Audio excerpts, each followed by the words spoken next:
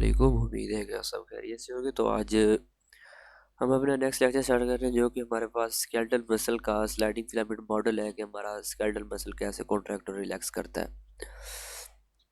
तो हमने last time देखा था कि जब एक मसल कॉन्ट्रैक्ट करता है तो क्या होता है कि जो थिन और थिक फिलामेंट हैं वो एक दूसरे के अंदर मूव कर जाते हैं। तो जब एक मसल मूव करता है तो क्या होता है कि हमारे पास जो आई बैंड है, ये वाला जो आई बैंड है, इसकी ये रिड्यूस हो जाता है लेंथ में। जो जी लाइंस है, ये वाली लाइन और ये वाली लाइन, ये दोनों आपस में क्लोज हो जाती हैं। तो दो साइंटिस्ट थे, ये एच एक्सिलरी और ए एफ एक्सिलरी, इन्होंने हाइपोथेसिस दिया था 1954 में कि हमारे पास कैसे ये मसल कॉन्ट्रैक्ट होता है। तो इस मॉडल को कहते हैं sliding filament model.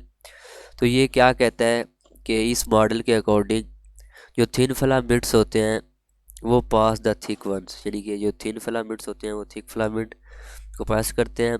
And actin and myosin filaments overlap to greater degree, और एक्टिन और मायोसिन जो है वो एक दूसरे को ओवरलैप कर जाते हैं। जो जी लाइंस हैं वो एक दूसरे के क्लोज आ जाती हैं, आई बैंड शॉर्टन हो जाता है, और जो एच जोन है वो डिसअपियर हो जाता है। मोस्टली इंपॉर्टेंट एमसीक्यूज है कि during muscle contraction what happen to the H zone, जो एच जोन है वो हमारे पास डिसअपियर हो जाता है। और जो इस प्रोसेस में क्रॉस ब्रिजेस होते हैं, थिक फिलामेंट्स का become attach to burning side of the actin filament, और cross bridge then contract to pull the actin filament toward the centre of the sarcomere. इनके जो एक्टिन हमारे पास प्रोटीन है उससे अटैच कर जाते हैं।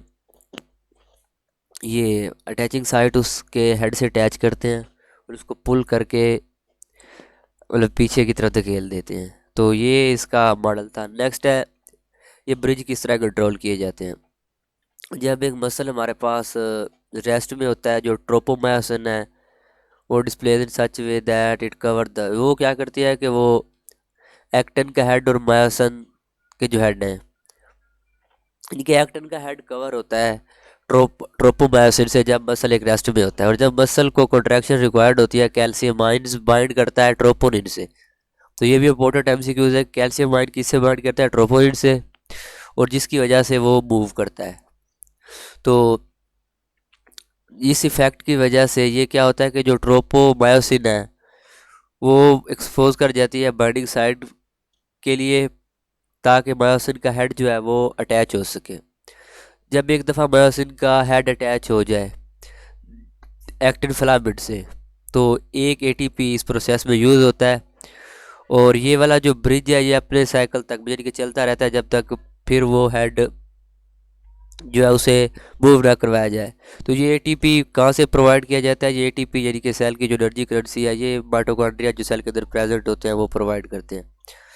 तो ये एटीपी जो है वो इस ब्रिज को बनाने के लिए भी चाहिए होता है और इस ब्रिज को ब्रेक करने के लिए भी चाहिए होता है। मायोसिन एंड एक्टिन, यानी कि एक्टिन और मायोसिन का जो है, एक्टिन के हेड का और मायोसिन का जो आपस में ब्रिज बनता है, इसको तोड़ने के लिए भी एटीपी चाहिए होता है। जब डेथ होती है तो क्योंकि बॉडी के अंदर एटीपी की अमाउंट जो है वो कम हो जाती है या होती नहीं है, तो जिसकी वजह से हमारी जो ये बॉन्ड है ये टूट नहीं सकते, जिसकी वजह से हमारी बॉडी स्टिफ यानी कि अकड़ जाना जिसे हम कहते हैं वो रहती है। तो इस कंडीशन को हम कहते हैं रिगर मोर्ट्स, और ये एक इम्पोर्टेंट शॉर्ट क्वेश्चन है। नेक्स्ट हमारे पास है controlling the action myosin interaction. वो कह रहे हैं कैल्शियम आयंस जो है वो ये किस तरह सारा कुछ कंट्रोल कर रहे होते हैं। तो ये मसल की कॉन्ट्रैक्शन है ये इनिशिएटेड की जाती है एक नर्व इम्पल्स से।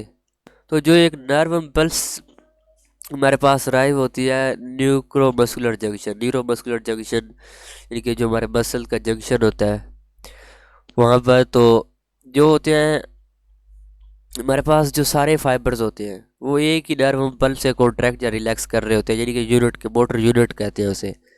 तो इसको मोटर न्यूरॉन्स के ज़रिए मतलब इनका पैगाम जो होता है वो बाद में इनकी यानी कि इनकी कॉन्ट्रैक्शन का जो रिस्पॉन्स होता है वो ब्रेन तक जाता है। तो जो सार्कोलीमा होता है मसल फाइबर सेल, जो हमारे पास सार्कोलीमा है वो पेनिट्रेट डीप कर जाता है इनटू द सेल वॉल में, और जिसकी वजह से हालो एलुगेटेड ट्यूब्स बनती हैं जिन्हें हम ट्रांसफर ट्यूब्स कहते हैं या ट्यूब्यूल्स भी कहते हैं। तो ये कंटिन्यूस होता है एक्स्ट्रा सेलुलर फ्लूइड तक। ये थाउजेंड ऑफ ट्यूब्यूल्स हमारे पास एक मसल सेल में प्रेजेंट होते हैं, उनको कलेक्टिवली हम ट्यूब्यूल सिस्टम कहते हैं, यानी कि एक को ट्यूब्यूल कहते हैं और कलेक्टिवली इन्हें हम ट्यू सिस्टम कहते हैं। ये क्या करता है कि ये एक्सटेंड करता है इंटायर ये मायोफिब्रल जी, मतलब यानी कि एक जो जी लाइन्स हो रही है और आई बैंड जंक्शन होता है उन सब में ये प्रेजेंट होते हैं। तो ये जो हमारे पास टी ट्यूब्यूल है और टर्मिनल पोर्शन होता है जो इन्वेल्प है, ये सार्को प्लाज्मिक रेटिकुलम जो है उसमें इन इसको यानी कि जब हमारे पास टी ट्यूब्यूल्स और उसके साथ सार्को प्लाज्मिक रेटिकुलम भी मिल जाए तो इसे हम कहते हैं ट्रायड्स। तो ये क्या करता है कि लेग्थ ऑफ द फेब्रल में तो सारे में प्रेजेंट होता है। जब एक नर्व इम्पल्स आती है टी ट्यूब्यूल में या उसके साथ सार्मिक प्लाज्मिक रेटिकुलम में, तो जो कैल्शियम है वो सार्कोप्लाज्मिक रेटिकुलम यानी कि सार्कोप्लाज्मिक रेटिकुलम ओपन हो जाता है और वहाँ से कैल्शियम आयंस रिलीज हो जाते हैं साइटोसोल में, यानी कि जो लिविंग कंटेंट होता है इसका साइटोप्लाज्म का, यानी कि वाटर लाइक होता है, उसे साइटोसोल कहते हैं। ये जो बाइंडिंग ऑफ कैल्शियम, जो कैल्शियम आयन है वो ट्रोपोनिन मालिक्यूल से बाइंड कर जाता है जो कि थिक फिलामेंट में मौजूद होता है। तो ये वाली जो बाइंडिंग साइट होती है जिसकी वजह से हमारे पास क्रॉस ब्रिज बनता है। तो ये सारा इसका थ्योरी यानी कि है क्या कि जब भी हमारे पास एक नर्व इम्पल्स आती है तो हमारे पास जो टी ट्यूब्यूल या टी सिस्टम होते हैं उनके अंदर सार्कोप्लाज्मिक रेटिकुलम में जो हमारे पास कैल्शियम आयन मौजूद होते हैं। तो जब एक नर्व इम्पल्स पहुंचती है तो देन वो मूव करते हैं और जाके साइटोप्लाज्म से मूव करते हुए ट्रोपोनिन पे जाके बाइंड कर जाते हैं। जो सार्कोप्लाज्मिक रेटिकुलम है ये क्या है कि ये कार्डिनस सिस्टम है सार्कोट्यूब्यूल्स का। ये thousand of sarcoplasmic around the each myofibril. तो ये it is like plasmic reticulum but devote to ribosomes and highly specialized repeating pattern। ये मतलब सार्कोप्लाज्मिक रेटिकुलम में उसके क्या क्या कैरेक्टरिस्टिक है ये वो है। नेक्स्ट हमारे पास है all or none response. All or none response का मतलब ये है कि एक हमारे पास जो मसल है उसके अंदर जितने भी मसल फाइबर हैं वो एक ही दफ़ा कॉन्ट्रैक्ट होंगे, यानी कि या तो सारे होंगे या कोई भी नहीं होगा। तो the contraction of each muscle fibre is called all or none response. Like वो क्या कहता है कि all the fibrils participating in contraction, यानी कि कितने हमारे पास जो मायोफिब्रल्स हैं वो कॉन्ट्रैक्शन में पार्टिसिपेट कर रहे हैं।